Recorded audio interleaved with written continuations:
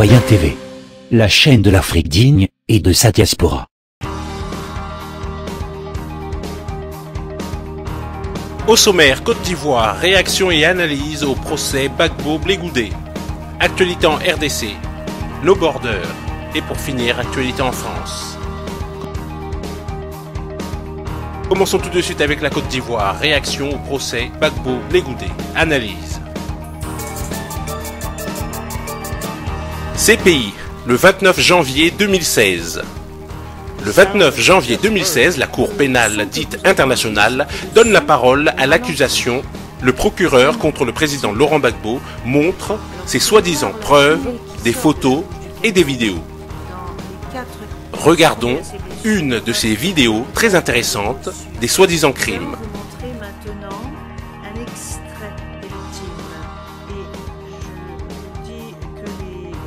Parce que les images peuvent être particulièrement traumatisantes.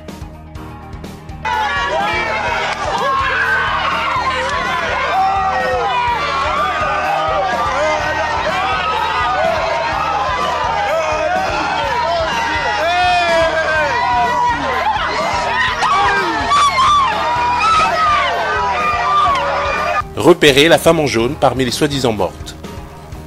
Et là, au miracle, elle se relève, mais comme le tournage n'est pas terminé, une personne de la main lui demande de se recoucher. Regardons encore.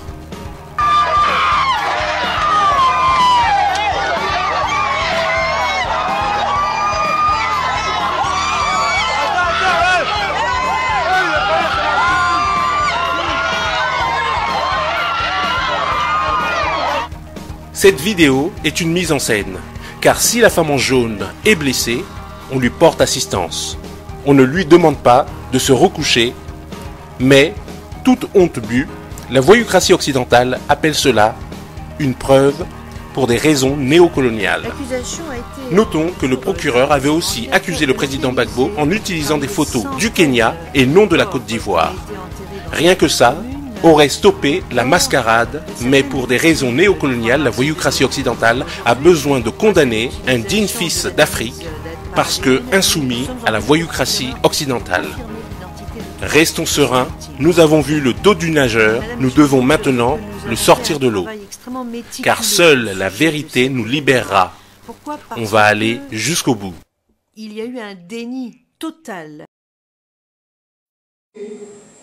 Comme le résultat d'une enquête complète et en bonne et due forme, menée par le procureur, conformément à l'article 54.1a du statut.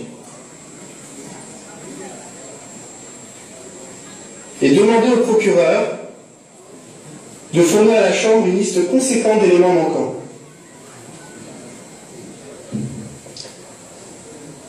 En clair, la Chambre préliminaire demandait au procureur de revoir sa copie et de refaire le travail, sous peine que les charges puissent être confirmées.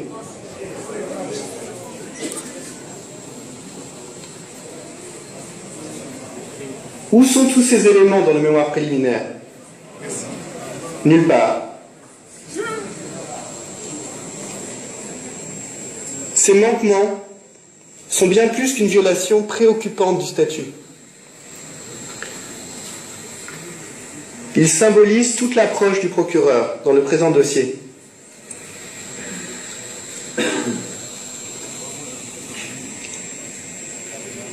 La réalité, et j'en termine là, Monsieur le Président, Madame, Monsieur les juges, c'est que depuis 4 ans maintenant, le procureur a adopté une certaine vision de la Côte d'Ivoire,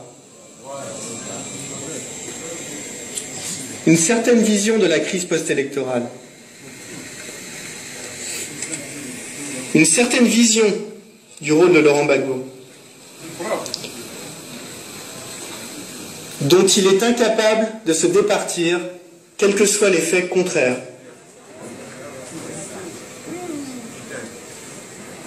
À ce niveau, nous sortons du domaine du droit pour entrer dans celui de la croyance, qui n'a pas sa place dans le prétoire. Je vous remercie. Merci beaucoup, Maître Japon. Qui sont en face là, ceux qui sont au pouvoir aujourd'hui là, ils savent que Gbagbo est quoi. Gbagbo les payait. Gbagbo les payait en tant qu'ancien premier ministre, en tant qu'ancien président. Même les rebelles, Gbagbo les payait. Il faisait manger les gens. Et c'est dans son sang. C'est pas parce qu'il est président qu'il est devenu comme ça. Mais c'est depuis son enfance, depuis sa naissance. Donc ce Gbagbo là, nous on le suit. Là où il va là, nous on va là-bas. Ce que moi je demande à la France là, tout ce qu'ils vont faire là, nous on n'a pas de grande puissance derrière nous. Nous les Ivoiriens, on n'a personne, on a Dieu. Le Dieu que nous avons là, va faire notre combat. Et puis tous les pays qui ont aidé les gens à combattre la Côte d'Ivoire, à tuer les Ivoiriens, ces pays-là vont payer cher, ils vont payer. Dieu va les... C'est pas nous, hein. Nous on n'a rien, on n'a pas d'armes, on n'a rien. Mais Dieu va les faire payer un à un. Mais nous là, où nous sommes là, nous savons que notre Gbagbo là va revenir.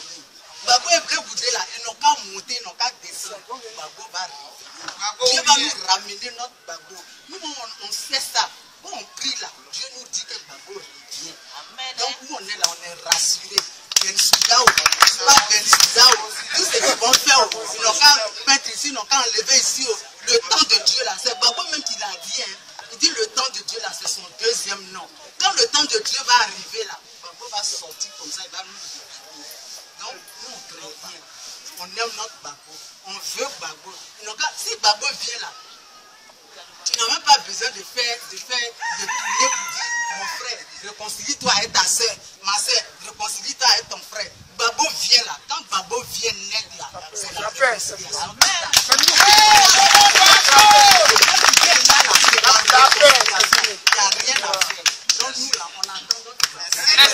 Tout de suite, actualité en RDC.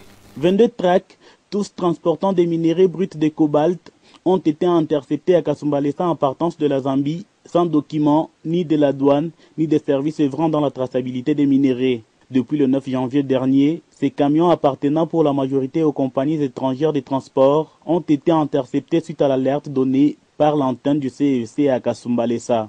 18 jours après l'immobilisation de ces camions dans le parking KBP à la frontière, une commission est enfin constituée afin de statuer sur l'essor de ces matières premières.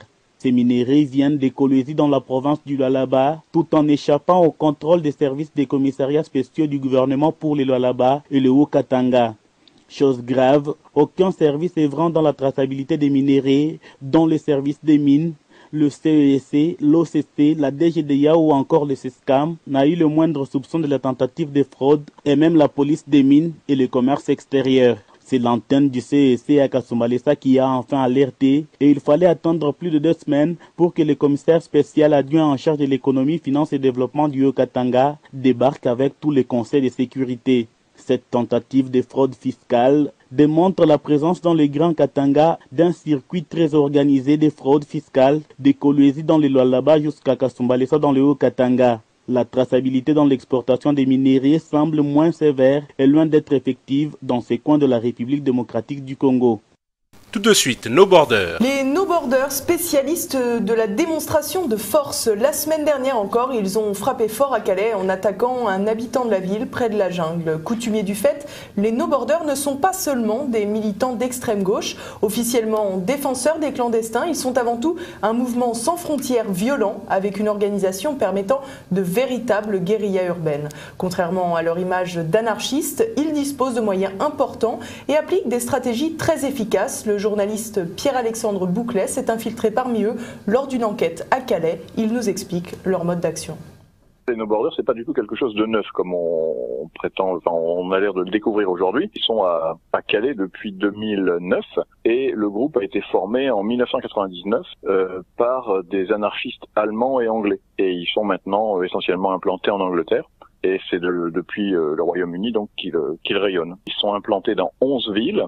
Les grands lieux où ils sont présents donc maintenant c'est Calais, c'est vraiment leur base, leur nouvelle base. Mais on en trouve un peu dans tout le pourtour européen. Il y en a en Autriche Et plus bizarrement, on en trouve aussi au Maroc, en Turquie et sur les bords de la Méditerranée en fait, où ils aident justement les réseaux de passeurs. Ce sont des gens qui prônent l'action violente. Moi, j'avais rencontré un no-border quand j'étais allé à Calais, où il m'avait tranquillement expliqué qu'ils avaient instruit les immigrés illégaux, qu'ils leur ont appris à casser les lampadaires sur les autoroutes, à faire tomber les grillages du port et à attaquer les forces de l'ordre. Et on voit que maintenant, depuis 1 an ou 2, en fait, les immigrés donc sont spécialisés dans l'agression des forces de l'ordre. Aujourd'hui, les CRS racontent qu'ils sont attaqués tous les jours. Je crois qu'ils utilisent jusqu'à 100 grenades lacrymogènes par jour pour repousser les attaques des immigrés. C'est quand même une situation quasiment d'insurrection ou de guerre civile. Au-delà des méthodes bien rodées, une autre question s'impose. Comment cette organisation prétendument anti-système est-elle financée? La réponse est pour le moins surprenante. Ces gens qui se disent anarchistes et anticapitalistes, parce que la base de leur action c'est l'anticapitalisme, en fait, sont vraiment les idiots utiles de l'ultralibéralisme et d'un certain point de vue, les ultralibéraux, les grands mouvements ultralibéraux l'ont bien compris. Déjà, il faut noter qu'il existe un compte pour financer les no-borders. Ils sont pas si désorganisés que ça. On parle souvent d'organisations empiriques, d'autogestion, etc. Ils ont quand même des comptes bancaires. Et ces comptes bancaires sont approvisionnés, on peut le trouver ça facilement sur Internet, par la Commission européenne, par le Conseil de l'Europe, par le Conseil des Églises, par la Fondation Rothschild, par le Fonds humanitaire juif international, par l'Open Society de George Soros et par différents mouvements du grand patronat allemand ou britannique. Donc en fait, les plus grands groupes ultralibéraux de la planète ont compris que les mouvements anticapitalistes comme les no-borders qui se battent pour l'abolition des frontières et pour l'immigration libre sont en fait leurs meilleurs alliés. Et pour finir, actualité en France avec la grogne sociale. Monsieur, bonsoir. Mardi noir pour le gouvernement. Les mécontents s'étaient donné le mot pour un coup de force. Taxi, enseignants, contrôleurs aériens, agriculteurs et fonctionnaires. Un même mot d'ordre, la colère. Alexandre Rivet. La journée de protestation a commencé sur les chapeaux de roue avec les taxis. L'ambiance était rude aux abords des aéroports d'Orly et de Roissy, aux Aurores. La porte Maillot a ensuite été prise d'assaut avec des chauffeurs descendus sur le périphérique. Klaxon, slogan contre le gouvernement. La cacophonie règne avec près de 400 véhicules sur place et des collègues venus d'autres pays européens. La colère a provoqué de nombreux débordements. On dénombre près de 20 interpellations. Uber et tous les services de voitures avec chauffeurs se développent et les chauffeurs de taxi redoutent l'étouffement de leur profession. Le problème apparaît comme un casse-tête pour le gouvernement. Pourtant, en 2014, la loi Thévenoud devait limiter la casse pour les taxis. Bonne ou mauvaise, l'efficacité de cette loi reste difficile à mesurer puisqu'elle n'est toujours pas appliquée dans son intégralité. Maraude, géolocalisation, voies de bus, visiblement les VTC passent outre les interdictions et l'absence de force de l'ordre pour veiller au grain révolte les taxis. Ils estiment que leur salaire a baissé de 30% et fustigent les 60% de taxes sur leur chiffre d'affaires.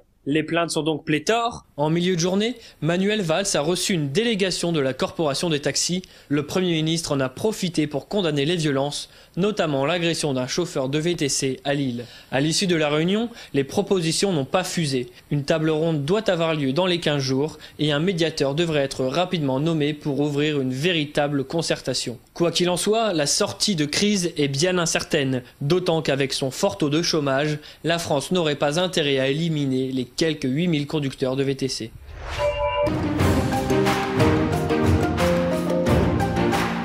Citoyen TV, la chaîne de l'Afrique digne et de sa diaspora.